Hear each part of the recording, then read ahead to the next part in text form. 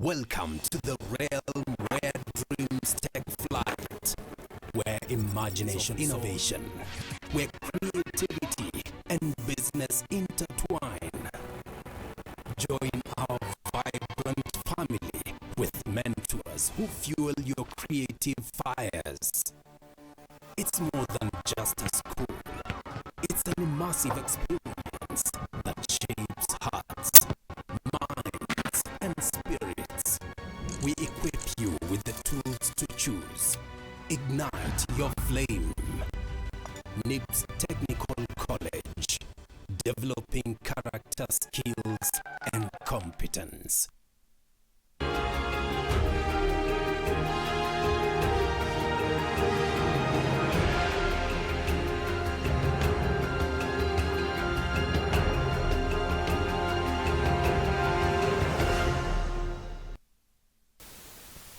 Good morning, dear viewers.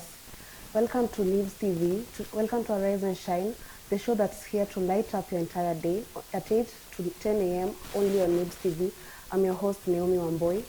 Today we are talking about a very important topic, silent battles. You know, those battles that we young people face but don't often talk about.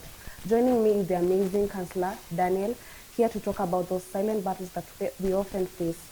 Karibu sana, Mr. Daniel. Thank you, Naomi.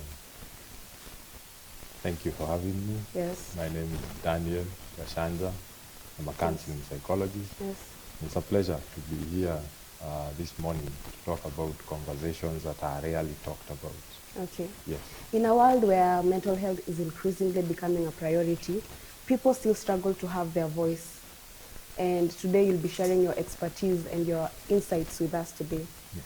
So Daniel, you're a renowned counselor with years of experience in helping people navigate their mental health journeys. So let's start with a fundamental question. What are some of the signs that someone is battling in silence mentally? The signs are outspoken. It's just that we ignore them or Yes. we think it's a normal thing. Yes.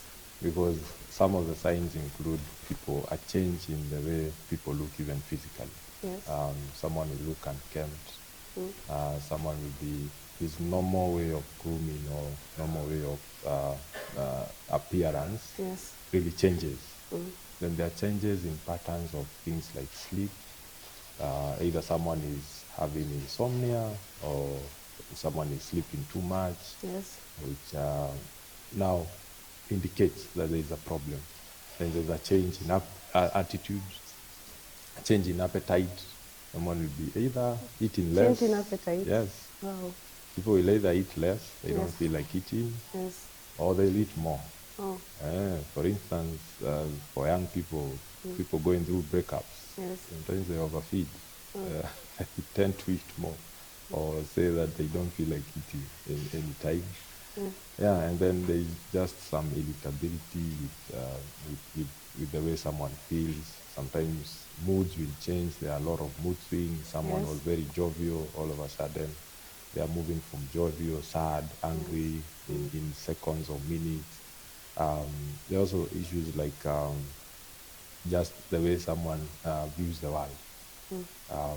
We think like people who are having these mental health issues, sometimes they have a negative outlook towards the world. Yes. Someone starts being negative all of a sudden. They are not optimistic about life. Some will start feeling hopeless. Yes.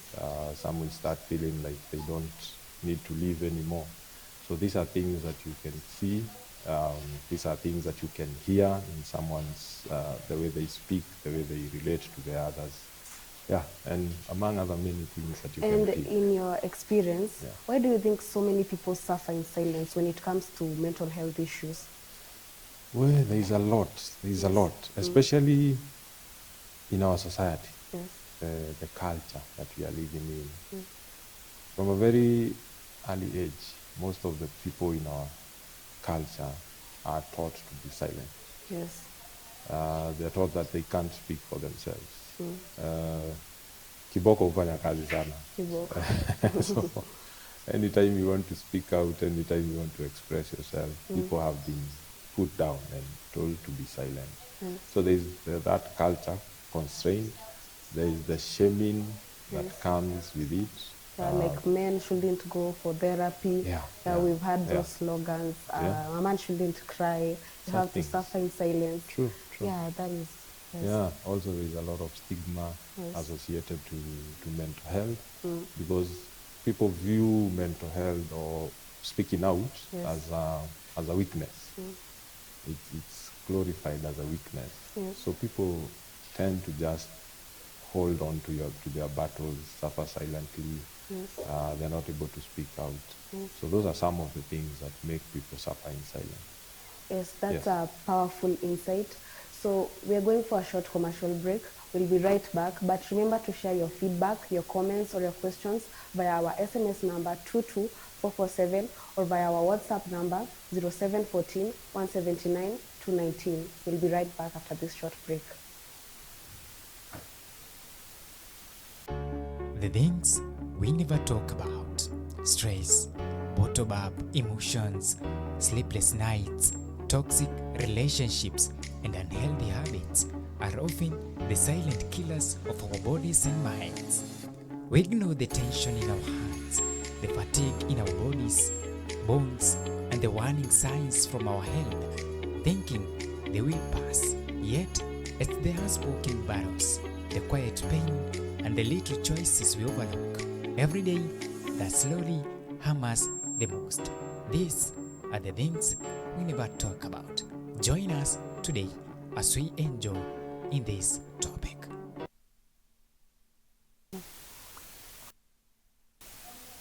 Welcome back to the show. So I'll be reading some of your comments. I can see Ariane Shaban watching from Nakuru, Madhenge Ngatia, Nyeri tuko tuned in. We have Stanley Onyango Shoiko Lead watching from Kisumu. So we'll continue reading your comments and your feedback. Welcome back to the show. So we were talking about how people are told, do not talk about your issues, do not talk about what you're going through, and that's how people are raised. So let's explore about how family and friends can unintentionally silence someone who's battling mentally. Yeah. Okay. Family is the first social unit that someone has. Yes. And it's a very integral part of your well-being. Yes. And when we talk about mental health, we are talking about an issue that affects the entirety of a person. Yes. Because right now we are learning that there is no health without mental health. Yes. And what is happening in our families is that sometimes our families can be the cause of us suffering. Other times they can be the cause of us suffering in silence.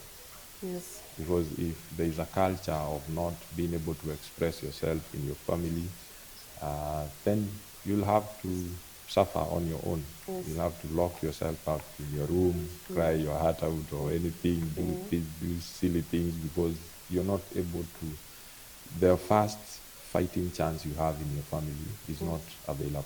Yes. So families can lead to that. Sometimes there is this aspect of people projecting shame. You have an issue, and when you go to approach someone, like now I've had the experience of someone who has been, a girl who has been raped. Then they go to, and they have been raped even by someone within the family context. Yes, within the family. And then they go to tell the mom that this happened. And they are told you can't talk about that in this family. Yes, we've had so many cases. You will destroy the reputation of the family. Yes. So the projection of shame is a big factor in the family.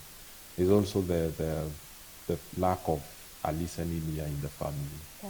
That people are quick to give responses without even listening. Yes. People are they're not even waiting for you to talk. They're waiting to just tell you without wanting to hear what you have. Sometimes you hear families telling someone, you're overthinking it. Overthinking it. Yeah, stop overthinking these things.